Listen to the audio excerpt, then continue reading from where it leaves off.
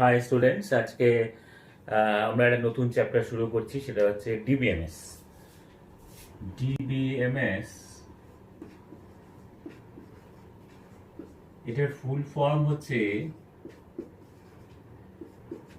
Database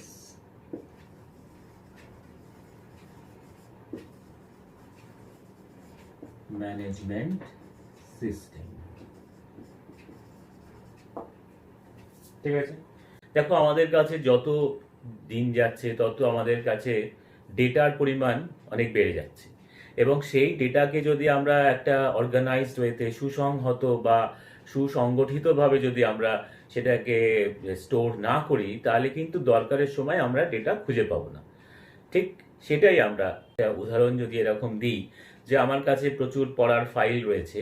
ধরো একজন HS পড়া স্টুডেন্ট, সে ঠিক করলো যে আমার কাছে যা নোটস আমি জমাবো সেটাকে আমি 6টা আলাদা আলাদা ফাইল বানাবো। আমি প্রত্যেকটা সাবজেক্টসের আমি দেখা গেল যে 6টা সাবজেক্টের জন্য আমি 6টা ফাইল বানিয়েছি। সেই 6টা ফাইলের মধ্যে আমি ডেট ওয়াইজ, চ্যাপ্টার ওয়াইজ আমি সেই সমস্ত ডেটাগুলোকে স্টোর করি। তাহলে এটাকে বলা যায় এটা সুসংগঠিতভাবে তথ্যগুলোকে সাজিয়ে রাখা, এবং সেটাকে আমরা দরকার মতো, প্রয়োজন মতো আমরা কিন্তু ডেটা খুব সহজেই সেখান থেকে খুঁজে পাবো। আচ্ছা, এবার ডেটাবেস সিস্টেম কোথায় ব্যবহার করা হয় আমরা জানি। এখন ব্যাংকিং, এডুকেশনাল সেক্টর, অফিস, সরকারি অফিস, বেসরকারি অফিস, লাইব্রেরি, সমস্ত জায়গাতে এখন ডেটাবেস সিস্টেম ব্যবহার করা হয়, যেহেতু এর প্রচুর সুবিধা রয়েছে। বৈশিষ্ট্যগুলো আমরা যদি একটু দেখি তাহলে কি দাঁড়াবে। এক হচ্ছে ডেটাবেস থেকে যে আমরা বৈশিষ্ট্যগুলো ডেটাবেসে রয়েছে,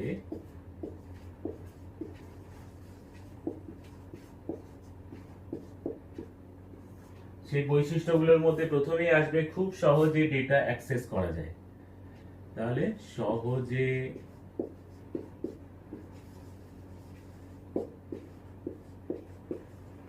ডেটা অ্যাক্সেস করা যায়, এটা হচ্ছে 1 নম্বর। 2 নম্বর হচ্ছে কিছু প্রোগ্রাম ব্যবহার করে আমরা ডেটাবেসের নতুন ডেটা সংযোজন বা আধুনিকীকরণ বা আমাদের অপ্রয়োজনীয় ডেটা, তাহলে আমরা লিখতে পারি যে প্রোগ্রাম ব্যবহার করে ইনসার্ট মানে নতুন ডেটা যোগ করা, ডিলিট মানে যে ডেটা আমার দরকার নেই, বা পুরনো ডেটাকে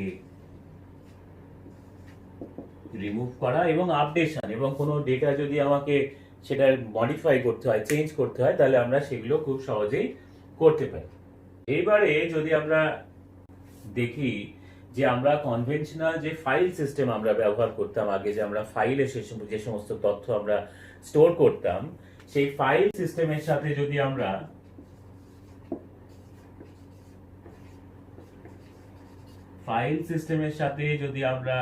ডেটাবেস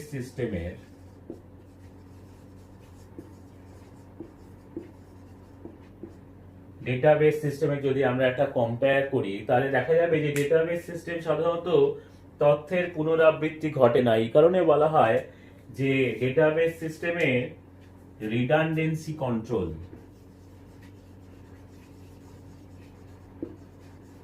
রিডান্ডেন্সি মানে হচ্ছে যে একই ডেটা যদি আমাকে বারবার সেভ করতে হয়, মানে ডেটার পুনরাবৃত্তি, একই ডেটা যদি আমাকে বারবার সেভ করতে হয়, সেটাকে বলা হয় রিডান্ডেন্সি। সেই রিডান্ডেন্সি দূর করে হচ্ছে ডেটাবেস সিস্টেম। কিন্তু ফাইল সিস্টেমের ক্ষেত্রে কিন্তু রিডান্ডেন্সি কন্ট্রোল তো হয় না, বরং একই ডেটা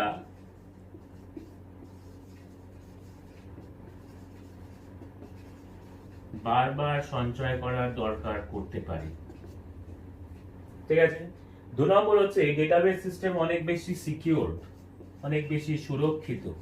সেখানে কনভেনশনাল ফাইল সিস্টেম যেটা, সেটা কিন্তু আদৌ সিকিউরড নয়, মানে সুরক্ষিত নয়। 3 নম্বর হচ্ছে বলা যেতে পারে যে ডেটাবেস সিস্টেমে ডেটা এবং প্রোগ্রাম পৃথক ভাবে থাকে, ফলে ডেটা আর প্রোগ্রাম যেহেতু পৃথক ভাবে থাকে, তাই কিন্তু সহজেই ডেটা শেয়ার বা ডেটা ভাগ করে কিন্তু কাজটা করা যায়। কিন্তু কনভেনশনাল ফাইল সিস্টেমের ক্ষেত্রে কিন্তু ডেটা এবং প্রোগ্রাম একে অপরের উপরে ডিপেন্ডেন্ট। ডেটা আর প্রোগ্রাম এখানে হচ্ছে ডেটা এবং প্রোগ্রাম পৃথকভাবে কাজ করে, আর এখানে ডেটা এবং প্রোগ্রাম কিন্তু সম্পর্কযুক্ত। ফলে ডেটা শেয়ারিং এ অসুবিধা দেখা যায়। ডেটা এবং প্রোগ্রাম যেহেতু একে অপরের সাথে রিলেটেড, ফলে ডেটা শেয়ার কিন্তু করা যায় না। আর একসাথে আমরা ফাইল সিস্টেমের ক্ষেত্রে কিন্তু জানি যে একাধিক মাল্টি ইউজার সাপোর্ট নয়, মানে অনেকজন আমরা কিন্তু এই ফাইল সিস্টেম ব্যবহার করতে পারবো না, যেখানে ডেটাবেসের ক্ষেত্রে কিন্তু মাল্টি ইউজার সাপোর্ট করে। ফলে আমরা একই ডেটা একাধিক ইউজার কিন্তু আমরা সেটা ব্যবহার করতে পারবো। ডিবিএমএস যেটা আমরা বললাম সেটা হচ্ছে যে পারস্পরিক সম্পর্কিত সুসংহত ডেটার সমাবেশ এবং ডেটা অ্যাক্সেস করার যে প্রোগ্রামগুলোকে একসাথে বলা হয় হচ্ছে ডিবিএমএস। আমরা ডেটাবেসে সমস্ত ডেটা স্টোর করে রাখছি এবং ডিবিএমএস মানে হচ্ছে সেই ডেটাবেস থেকে আমার প্রয়োজনে কোনো শর্ত সাপেক্ষে সেখান থেকে ডেটা, মানে শর্ত সাপেক্ষ মানে কিন্তু এই নয় যে মানে সেই ডেটাবেসের সাথে দেখা গেল যে আমি জানতে চাইছি যে সমস্ত স্টুডেন্টদের অ্যাড্রেস ওখানে রয়েছে, আমি জানতে চাইছি যে যাদের অ্যাড্রেস আগরপাড়া, যাদের অ্যাড্রেস বিরাটি, যাদের অ্যাড্রেস সোদপুর, তাদের ক্ষেত্রে কিভাবে আমি তাদের নাম, ক্লাস, রোল, সেকশন খুঁজে পাবো। এইরকম ক্রাইটেরিয়া মানে শর্ত সাপেক্ষে কিন্তু আমরা ডেটা ওখান থেকে খুঁজে আনতে পারি, সেটাই হচ্ছে ডিবিএমএস। আমরা তাহলে কি হলো যে আমরা যে ডেটা স্টোর করে রাখছি সেটা হলো ডেটাবেস, এবং সেখান থেকে ডিবিএমএস সিস্টেম মানে ডিবিএমএস ব্যবহার করে আমরা কিন্তু সেখান থেকে আমাদের প্রয়োজন মতো ডেটা আমরা ওখান থেকে অ্যাক্সেস করতে পারছি বা রিট্রিভ করে আনতে পারছি, তুলে আনতে পারছি। এবার যদি আমরা একটু ডিবিএমএস এর, আমরা ডেটাবেসের বৈশিষ্ট্য দেখলাম, ফাইল সিস্টেম ডেটাবেস সিস্টেমের আমরা পার্থক্য দেখলাম। আমরা যদি এবার ডিবিএমএস এর বৈশিষ্ট্য যদি আমরা একটু দেখি,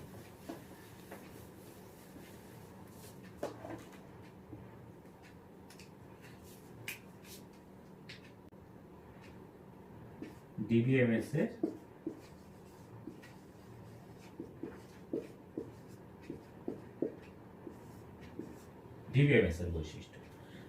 এর বৈশিষ্ট্যতে প্রথমেই আসবে যে ডিবিএমএস ডেটা সঞ্চয়ের জন্য উপযুক্ত স্কিমা স্ট্রাকচার।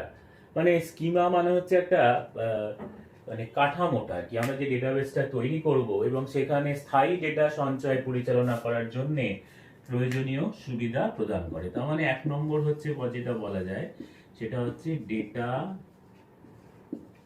সঞ্চয় করা, ঠিক আছে। 2 নম্বর হচ্ছে যে ডেটাবেস অ্যাক্সেস, সমস্ত ডিবিএমএস ডেটা অ্যাক্সেস করার জন্য উপযুক্ত ইন্টারফেস যে প্রদান করে, এই ইন্টারফেসের মাধ্যমে স্ট্রাকচার কোয়ারি ল্যাঙ্গুয়েজ বা এসকিউএল এর সাহায্যে ডেটাবেস অ্যাক্সেস করা যায়। তাহলে আমরা কি হলো যে ডিবিএমএস এ ডেটা অ্যাক্সেস করার জন্য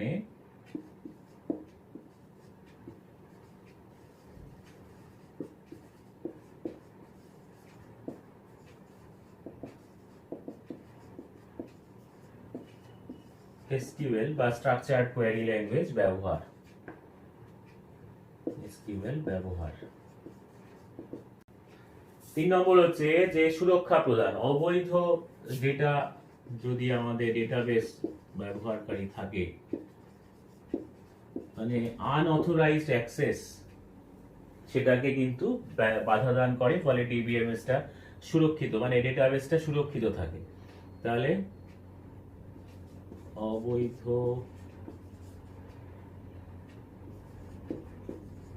ব্যবহারকারী থেকে সুরক্ষা প্রদান করে। 4 নম্বর হচ্ছে যে ডেটা স্বতন্ত্রীকরণ,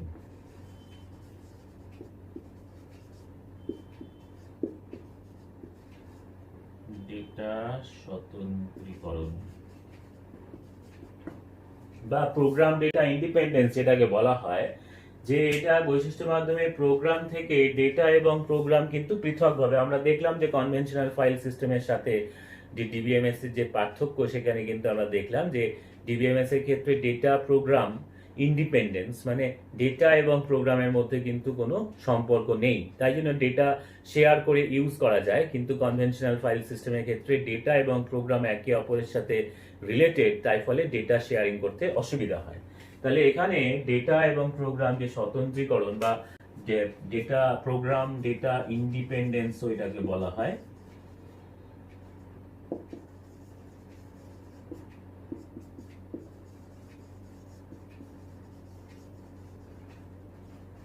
প্রোগ্রাম ডেটা ইন্ডিপেন্ডেন্স বলা হয়। এছাড়া হচ্ছে ডেটা ইন্টিগ্রিটি মানে ডেটা সম্পূর্ণতা বা এটাকে বলা হয় ডেটা ইন্টিগ্রিটি।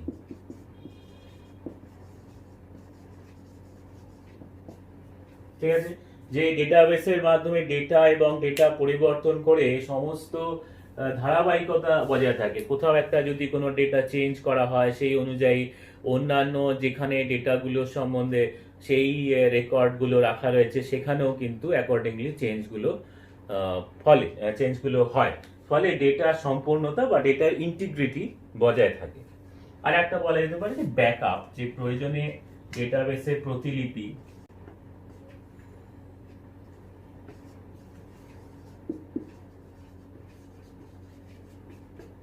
ডেটা ব্যাকআপ মানে প্রতিলিপি, মানে মাত্র প্রয়োজনে ডেটাবেসের একটা ডুপ্লিকেট কপি করে রাখা যায় যেটা পরবর্তীকালে ব্যবহার আমরা করতে পারবো। তাহলে এই সমস্তগুলো হচ্ছে ডিবিএমএস এর বৈশিষ্ট্য। আজকে আমাদের ক্লাসে এই অবধি থাকলো, পরের দিনের ক্লাসে আবার দেখা হবে।